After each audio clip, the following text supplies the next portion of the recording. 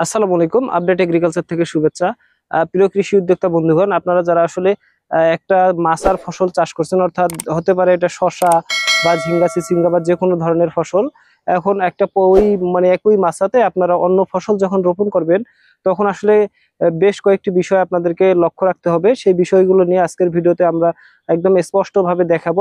আর একটা চারা কিভাবে রোপণ করলে আপনার মানে 100%, অর্থাৎ আপনার 99টি চারা কিন্তু টিকবে, আপনার 100টি আমরা আসলে শতভাগ গ্যারান্টি দিব। কারণ আমরা পাশের এই জমিটাতে কিন্তু আমরা রোপণ করেছিলাম আজ থেকে প্রায় 25 দিন আগে, মানে চারাগুলো। তো আমাদের একটা চারাও মারা যায় নাই।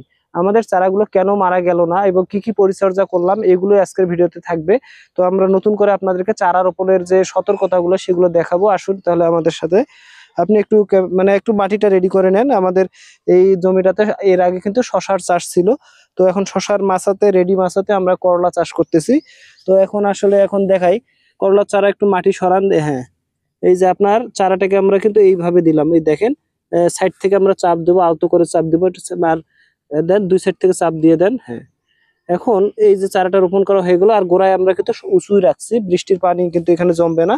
এরপরে আপনার যে এই চারাটার পরবর্তী পদক্ষেপ আমরা সামনে দেখাচ্ছি। তো আমাদের সাথে আসলে আরেকটা চারা রোপণ করুন, এখানে মাটি রেডি করেন।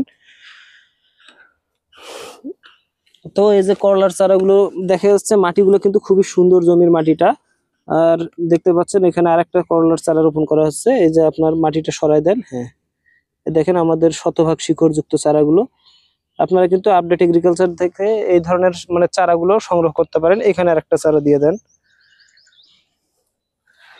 মানে আপডেট এগ্রিকালচার শতভাগ শিকড়যুক্ত এই ধরনের কোকোপিটের মাধ্যমে উৎপাদন করা করলা সহ সকল প্রকার সবজি চারাগুলো সরবরাহ করে থাকে।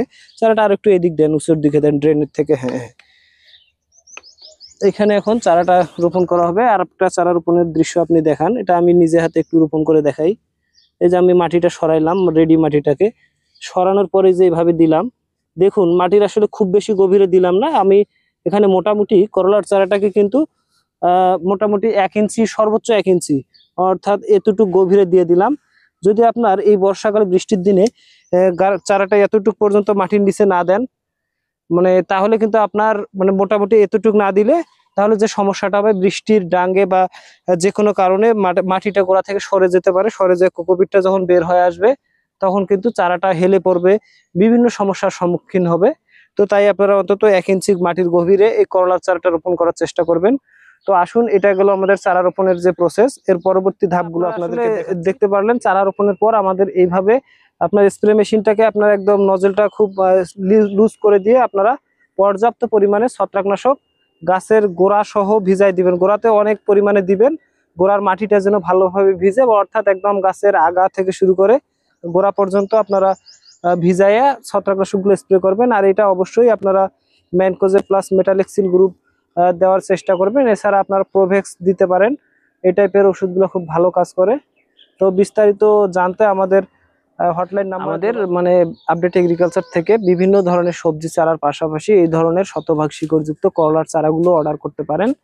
এবং বিস্তারিত জানতে আমাদের চ্যানেলটি সাবস্ক্রাইব করে পাশেই থাকবেন। আমরা সব সময় নিত্য নতুন কৃষি বিষয়ক তথ্যগুলোর আপডেট দেওয়ার চেষ্টা করব। ধন্যবাদ।